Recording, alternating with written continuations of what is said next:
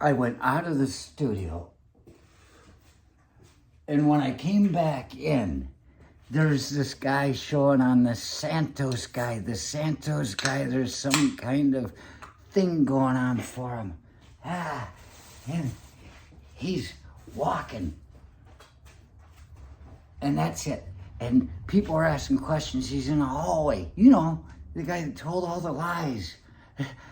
Can't keep up with how many he told. And people are asking questions. Hey, I have questions about your biography. And he's just like, and he's walking away. And somebody, hey, what about this? And he's like, and he's walking away. And somebody says, would you answer any of the other questions than if you voted for Kevin McCarthy? And he's just like, and he just keeps walking like that, walking like that, walking like that.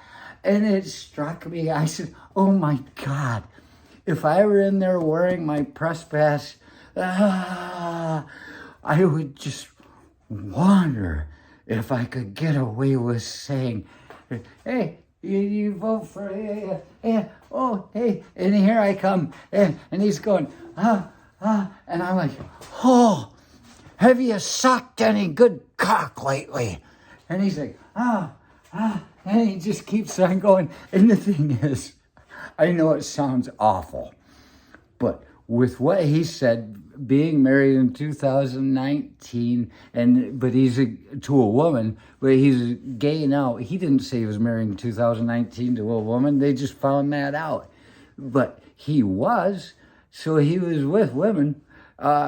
That doesn't mean anything. There are a lot of, like the guy that owned the Dairy Queen in Gaylord. My dad always said it was for show. He had kids, but I guess, if you're living in a town like Gaylord and the old people are saying it's just for show, it means they accept the ruse. They'd rather that than have to see it, is the kind of thing. It's terrible. I know those are times gone. But is it too much to ask? Have you sucked any good cock lately? To Santos, who it made me think. I can totally understand a woman that loved men being rotted and hurt and treated badly for enough years that they finally say, you know what? I'm going to go to the other side.